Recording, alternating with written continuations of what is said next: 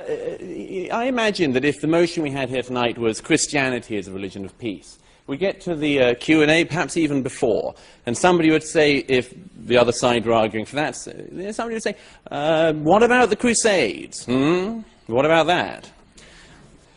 And then there'd be some other clever clogs who'd say, what about that Florida pastor the other week? That was a nasty business. That's Christianity for you. If we'd had tonight, Judaism is a religion of peace, the other side were trying to argue that. Sure as anything. There'd be people popping up in the hall tonight saying, oh, there's this bit in one of the Old Testament books, really, really bad.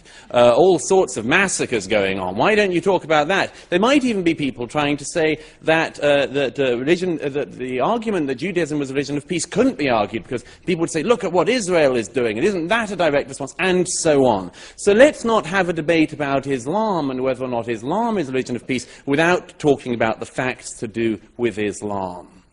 It's an absurd situation we're in, where nothing that anyone does whilst being Muslim is any responsibility of Islam's. Yet anything anyone does whilst being a Christian or a Jew is the responsibility of all Christians, all Jews. Let's make this as straightforward as I can. Take the categorization that eminent scholars like Bernard Lewis, Ibn Waraq have made. Let's say Islam is a very, very complex thing.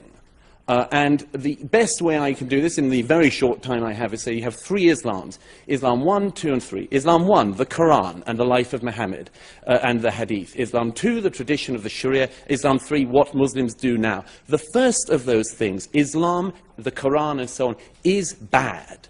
It is bad. There is a lot of violence in it. And what's worse, the peaceful verses are superseded by the violent verses. The violent verses also, sadly, are more numerous in number. Then you've got the life of Muhammad. Again, a bad man. A very bad man, it has to be said. Not a great role model, if you look at it. Takes child brides, abuses a small girl, multiple wives, himself a warrior, himself a war criminal, himself beheads Jews. This, I would have thought, would be a signal of not great peacefulness. Then you've got the tradition of the Sharia. Again, not great peacefulness. Still, no schools of Sharia that people in this hall would want to submit to. And thirdly, what Muslims do now. Thankfully, there is some hope in that one.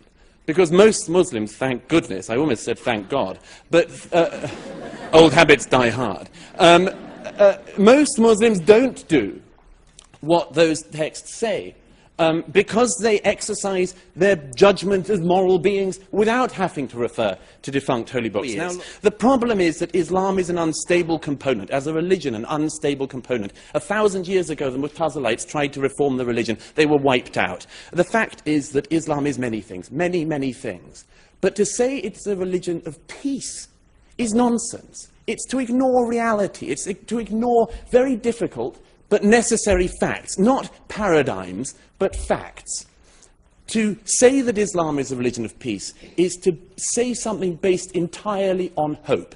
It's to elevate a hope into truth. And I hope, as you all know, history teaches us that's a very bad thing to do. Thank you. Thank you, Dr. Smart.